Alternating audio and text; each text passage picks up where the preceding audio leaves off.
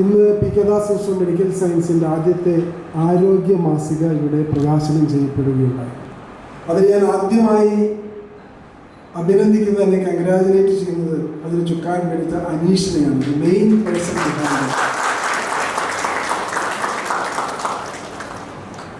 പിന്നെ അതിൻ്റെ ടീം വർക്കിലുണ്ടായിരുന്ന മേഘ, ശിവകുമാർ, അങ്ങനെ മറ്റു പല ആളുകളുമുണ്ട്. ഇതിനകത്തുണ്ട് എല്ലാ ആളുകളുടെയും പേരുകളൊക്കെ. സിമി, സജീഷ് കെ, വിശ്വനാഥ് മേനോൻ, മറ്റു ഡിസൈനിലെ ആളുകൾ, സിഗ്നേച്ചറിലെ ആളുകൾ, മീഡിയ ടീമിലെ ആളുകൾ, എല്ലാവരും വളരെ സീരിയസ് ആയി ഓടി നടന്നുകൊണ്ട് കളക്ട് ചെയ്ത ഡാറ്റാസും എല്ലാം വെച്ചിട്ടാണ് പബ്ലിഷ് ചെയ്യുന്നത്.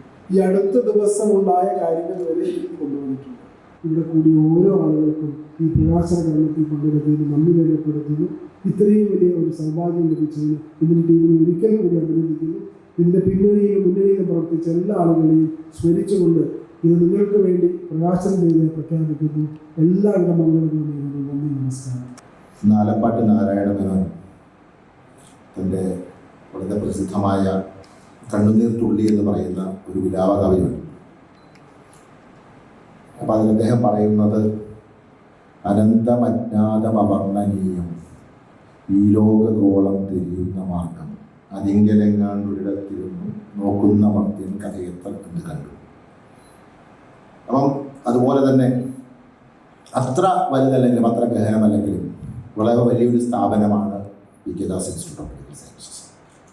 ഇന്ന് കേരളത്തിലെ തന്നെ ഏറ്റവും പ്രശസ്തമായ, അക്കാഡമിക്കലി ഏറ്റവും നിലവാരം പുലർത്തുന്ന മെഡിക്കൽ കോളേജുകളിലൊന്നാണ് P K Das institute of medical sciences.